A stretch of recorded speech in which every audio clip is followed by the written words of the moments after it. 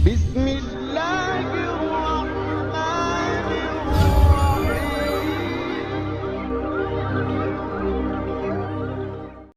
I had a friend, a guy who I used to work with, at a real estate company. And he was like, hey man, can I ask you a question? You won't get offended? No. Is it true in your religion, part of your religion is like taking your life, like blowing yourself up? So I was like, if that were the case, we wouldn't be here. You know what I'm saying? We'd be all over the place. Islam's the fastest growing religion in the world, and it is the most misunderstood. Terrorism is not from Islam. These types of acts are not, from this religion. And that's when I really started getting an idea what is Islam, how deep it was, and it wasn't what the media was portraying. When you embrace Islam, it's like this weight that you have has been lifted. Oh, you can breathe for the first time? Yeah, you just feel like... Why are Latinos converting, in your opinion? The statistics suggest that the Latino segment of the overall Muslim population is the fastest growing. They're leaving cultural Catholicism. They don't really understand what they're leaving. Thank you, my dear. How large is this movement? It's got to be at least 250,000. Wow. But it's growing. When Mexico sends its people, they're not sending their best. With all the racism and the xenophobia happening, where are the Catholic Christian leaders in this country really taking a strong stand on that? A lot of Latinos are saying, maybe Islam is offering something that Christianity doesn't offer. I'm worried. Absolutely, I'm worried. Islamic culture is extremely different.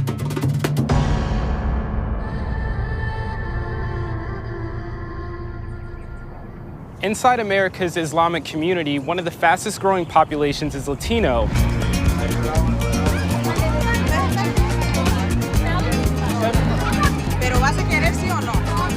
And the epicenter of that movement is here in Houston, Texas, home to not only one of the largest Latino communities, but also one of America's largest Muslim communities. Just 350 miles away from the Mexican-American border during one of the worst deportation crises in recent history, and less than a year from the Muslim ban. We gotta go and we gotta knock the shit out of these people. I've come here to meet Jaime. Jaime? Yeah. I'm Lee. Nice to meet you. Nice to meet you, man. The founder of America's first Islam and Spanish Center to find out why two of America's most discriminated groups are actually coming together. Whenever people come in, we let them know that, look, it's not a traditional mosque. We're the only producers in the world producing material in the Spanish language and distributing it, at the mass level. People who come through the center, do they come here thinking in the ways that the media has portrayed Muslims? Most definitely. Or believing the things that the media has portrayed about Muslims? Most definite. In fact, that's the default. When people come in here, before coming in here, we know they have preconceived notions. If I didn't know Chinese people, and on the media it says Chinese people kill people who are not Chinese, I wouldn't want a Chinese neighbor. Right. It's just common sense. That's the reason why we built this place. Yeah. Getting rid of some of these misconceptions. Then they start thinking, why don't I know this stuff?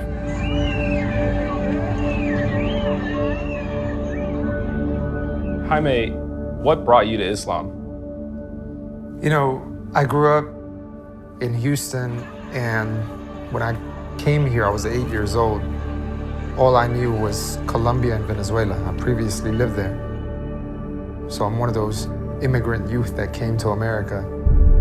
My parents wanted for me to have a better future. When I got here, I realized that the culture here was a bit different than what my parents expected. And we were having a lot of issues in regards to gangs popping up in the environment. And there was some troubled times where, unfortunately, I saw some of my friends get killed, people getting strung out on drugs, and it was a survival mode. I looked for answers, and I looked at so many different religions. And someone who gave me the Quran, I began to read it, and the more I read it, the more life made sense. My mother thought I was brainwashed when I became Muslim because I stopped drinking alcohol, going out, the girls, all the stuff that I had easily, I let go of it. And it was great that I did it at the time I did it, because a few months later, a lot of my friends got caught in some stuff that put them in trouble. And I'm like, man, that choice of me accepting Islam saved me from that. America is not the most kind place to Latino immigrants right now. So why would you subject yourself to being that double minority? I don't think being a Muslim and being Latino is putting me in a position of weakness. It actually puts me in a position of strength. I have to be the best Latino I could be now. You gotta be the best Muslim. While Latinos are the fastest growing population within Islam, very little research has gone into discovering why. So I'm heading to Rice University to meet with Professor Considine, a religious studies expert, to gain clarity on why so many Latinos are becoming Muslim during such a critical and divisive time in America. Why is it that Latinos are seeking out Islam? Does it have anything to do with the common experience between Muslims and Latinos in this country? Absolutely. Especially after the election in 2016, where a lot of these people felt purged. When Mexico sends its people, they're not sending their best. They're sending people that have lots of problems, and they're bringing those problems with us. They're bringing drugs, they're bringing crime, they're rapists. A lot of Latinos are recognizing that not being white in this country comes with certain barriers. Latinos might also be thinking, Muslims generally speaking, they face similar obstacles with all the racism and the xenophobia happening from the top of the government. This is a 5-year ban. To an everyday existence on the street. Who knows what they're gonna bring into this country? We're gonna bombs, ISIS, what? They need to go. I think a lot of people are seeing Islam and the Islamic tradition in general as being more tolerant of race. People have to recognize, one of the most racially diverse religions in the world is Islam. We stand in opposition to their opposition. Allah. How large is this movement? The statistics suggest that it's got to be at least 250,000 Latin Muslims in this country. Wow. But it's growing. This is the future of America. Houston is a microcosm of the future of America. It's the Browning of America. They say by 2050, white people are not going to be the majority anymore.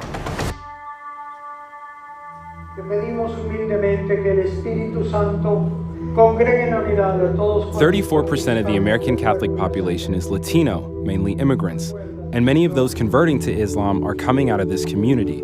So I sat down with a group of members from St. Cyril's Catholic Church in Houston to get their thoughts on the Latino Christian move to embrace Islam. What has been your experience with the number of converts moving from Catholicism to Islam within the Latino community? So it's a very complicated issue, actually, right? It's multifaceted.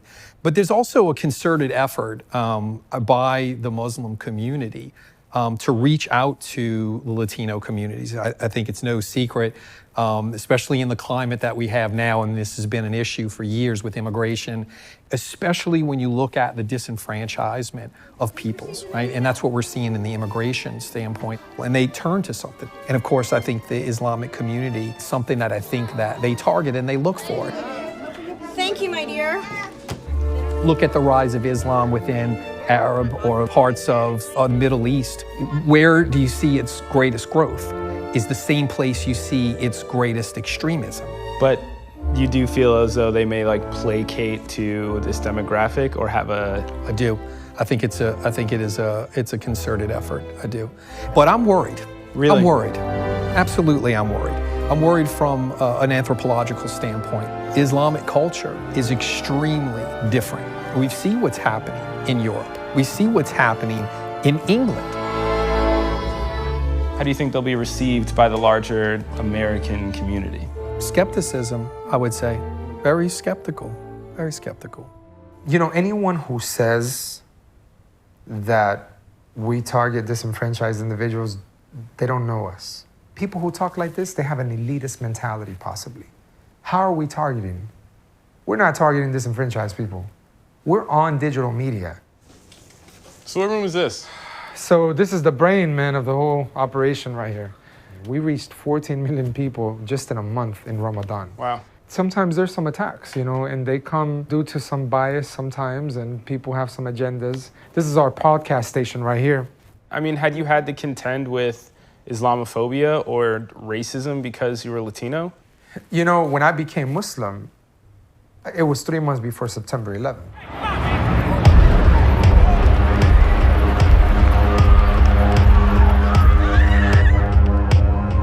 I was one of the few Spanish speakers in the community.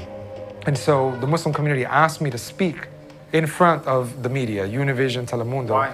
to explain about why Islam was not what people were thinking just happened over there, you know, with the Twin Towers. Y la gente se confunde y dice o piensa que las acciones de algunas personas representan a los musulmanes. You know, that some Colombians sold drugs doesn't make me a drug dealer because I'm from Colombia. That some Muslim goes and commits a wrong act of violence shouldn't make me feel bad about being Muslim. Friends and family, they were so emotionally charged regarding what happened over there in New York that they were like, how could you, right, be part of that? Is that the case for most Latinos converting? The family is the first shock, yeah. We're in the north side of Houston, about 45 minutes from the Islam and Spanish Center, and we're gonna go meet up with Raul. Raul is a DACA dreamer from Mexico that converted to Islam in 2011 at the age of 19, and has since become an active member of the Islam and Spanish Center. But like many Latino converts, Raul's family disowned him for becoming a Muslim. I was exiting high school. I was not doing so good spiritually. You know, I was going through depression. Also, like I'm under DACA as well. At the time, I didn't have papers. So, you know, I'm getting paid, you know, like $5 to wash the dishes an hour and stuff like that. A lot of people take advantage of immigrants. And that's when I really started getting an idea of what is Islam and how deep it was and how it wasn't what the media was portraying. And it was what literally cured my depression. Are you concerned at all being a DACA dreamer and now being Muslim? Oh man, it's like a double whammy for me. Yeah. With Trump, it was just like one, I'm Latino, and two, I'm Muslim. It's just like I'm gonna get attacked from all sides. Sami Allahu liman hamida. Allahu Akbar. ¿Te ocupan, hijo? No, está bien. Ya es que ya están todos afuera. Basically, my mom found out that I was studying Islam, and she pretty much kicked me out of the house and threw all my clothes out. She said I was joining a terrorist organization, a cult, and they were training me to kill people. At the time, like I stopped eating pork, so my mom was just like, when I fed you beans, I would put pork on there on purpose. It was like straight up rejection. I remember eventually my mom started coming into the community, seeing the rest of the people. They were like, all these people would come up to my mom like, hey, you know, your son's like going out there feeding the homeless, being a good member of the community and stuff like that, all these things. And my mom just comes up to me and she's like, how come you didn't tell me you did all these things? And I was like, we never asked. You weren't interested, so I didn't tell you. I believe them seeing how much change Islam had in me, it's like when you started seeing this, like, okay, this isn't necessarily bad. You know, he's still Raul, and if anything, he's becoming a better person. My mom accepted Islam just a few months ago at El Centro Islamic. Ashhadu an la. Were you there when she did? Well, yeah, most definitely. She decided to do it on her own, and it was very, very mind-blowing. Y perdón por mi reacción, pero le hice tan difícil a mi hijo la religión que yo decía que no iba a ser de esta religión. Y aquí estoy. The next day, my mom told me that she hasn't felt that much peace in years. Islam, it changes everything. We've heard from a number of converts that we've spoken to that there was an immediate rejection within their family to their conversion. And I'm curious if you can comment on that, why members of the Latino community are so resistant to their own neighbors, sons, daughters, wives, and husbands converting to Islam. In one word, ignorance. It's lack of education. It's misinformation, right? So this is part of the hangover from 9/11. Allahu Akbar. A lot of people in this country who are not Muslim have certain ideas which are steeped in stereotypes. So they see Islam as oppressing women. They see Islam as being backward. Allahu Akbar. They see Islam in association with ISIS and Al-Qaeda and violence. All things which can be factually disproven if we just look at the reality.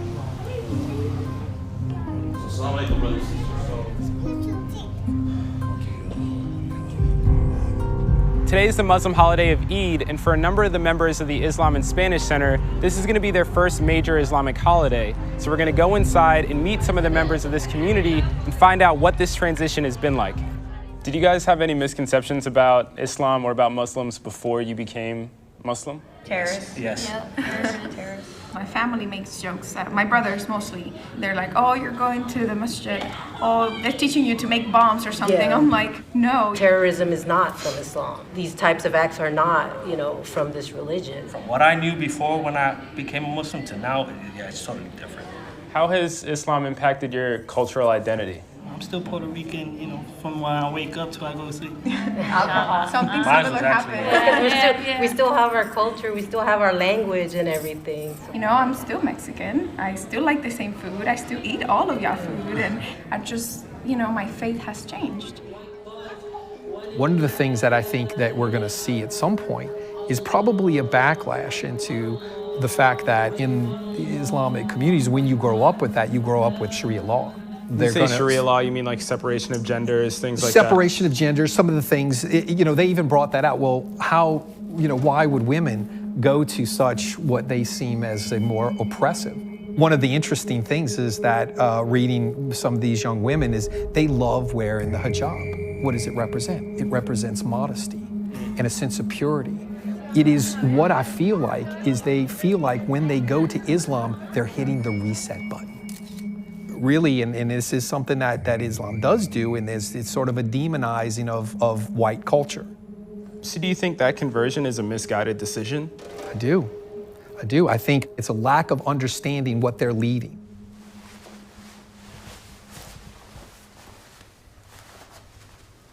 Is there something that Islam has to offer the Latino community that maybe Catholicism or Judaism or just like another religion doesn't? The core principle that is so enticing of Islam is that you have a very personal relationship with God without any intermediaries. There is nothing between you and God. Traditional ways of teaching religion has been because I said so, right? Because my father did so. But when you look at Islam, you're encouraged to ask questions in order to leave doubt. Brothers and sisters, many of us came to the United States from immigrant parents. How many youth came to America and lost their way? How many lost lives because of the choices that were made? How can someone look, living as a Muslim, as a minority in America right now, and look at what's being said in the mainstream, look at what they're saying, look at the way they're talking about us, look at what they think. How many of us put ourselves in that situation? Is that of a victimized mentality? Or how many of us look at these circumstances and say, you know what, these are just challenges in life. I'm gonna head forward and I'm gonna deal with this in the best of ways. America at its foundation is a land of religious freedom, and it's a country that was built by immigrants. But in today's political climate, Muslims seeking religious acceptance are being discriminated against, just like the immigrants seeking a new home. Allahu Akbar. Ironically, this intolerance and oppression has brought these groups together, and from that shared trauma, a supportive and accepting community is growing.